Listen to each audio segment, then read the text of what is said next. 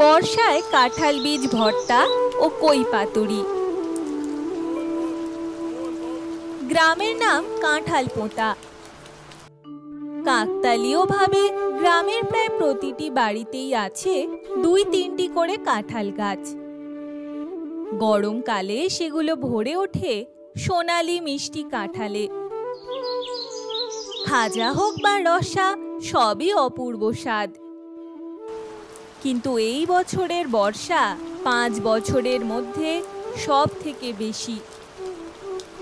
বৃষ্টি আর বৃষ্টি, মাঠ ঘাট, ধান জমি, সবজি ক্ষেত সবই জলের নিচে। গ্রামের শেষ প্রান্তের একতলা কাঁচা বাড়িতে থাকেন হৃদয় আর ললিতা, সঙ্গে হৃদয়ের বাবা মা। গত 3 দিন ধরে টানা বৃষ্টি। ঘরে আছে চাল ডাল, কিন্তু সবজি মাছ মাংস এসব কিছুই নেই। হ্যাঁ গো, তোমায় এত চিন্তিত লাগছে কেন? কিছু হয়েছে নাকি? তোমার কিছুই মনে থাকে না। আজ তো বাবা মায়ের বিবাহ বার্ষিকী।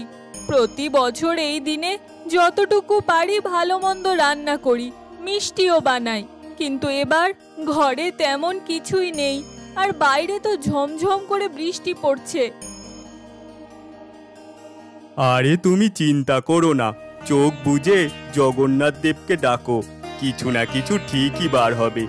আমি দেখি বাইরে গিয়ে কিছু আনতে পারি কিনা। হৃদয় বাইরে বেরিয়ে গেল। ললিতা ভাবল, কেন এত দুশ্চিন্তা? প্রভু জগন্নাথ তো আছেন। রান্নাঘরে গিয়ে ললিতা দেখল কোণের দিকে অনেক কাঁঠাল বীজ রাখা আছে। কাঁঠালের বীজগুলো বেশ মিষ্টি আর পুরুষ্টু। এই দেখে তার মুখে হাসি ফুটল। সে কাঁঠাল বীজগুলো সেদ্ধ বসালো, আর সাথে পেঁয়াজ রসুন কাটতে শুরু করলো। ঠিক তখনই হৃদয় ফিরে এলো, হাতে কলা পাতায় কিছু মোড়া। এই শুধু কলা পাতা আনলে?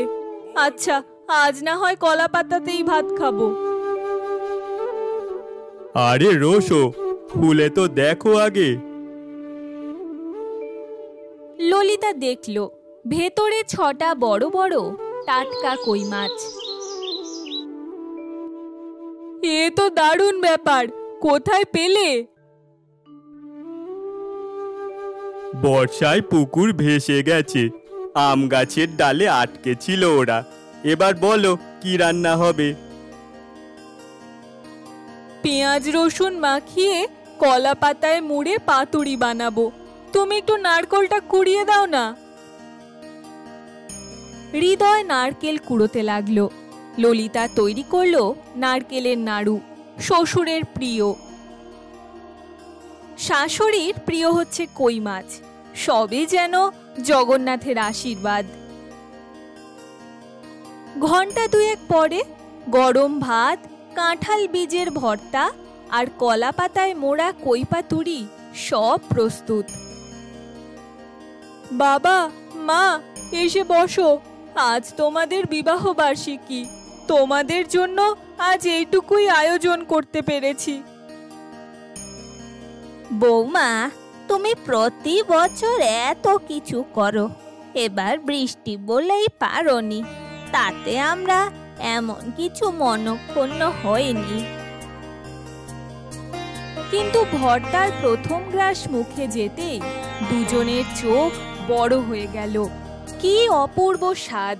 আর কই পাতুরি, আহা, স্বাদের চোটে নিমেষে থালা খালি হয়ে যায়।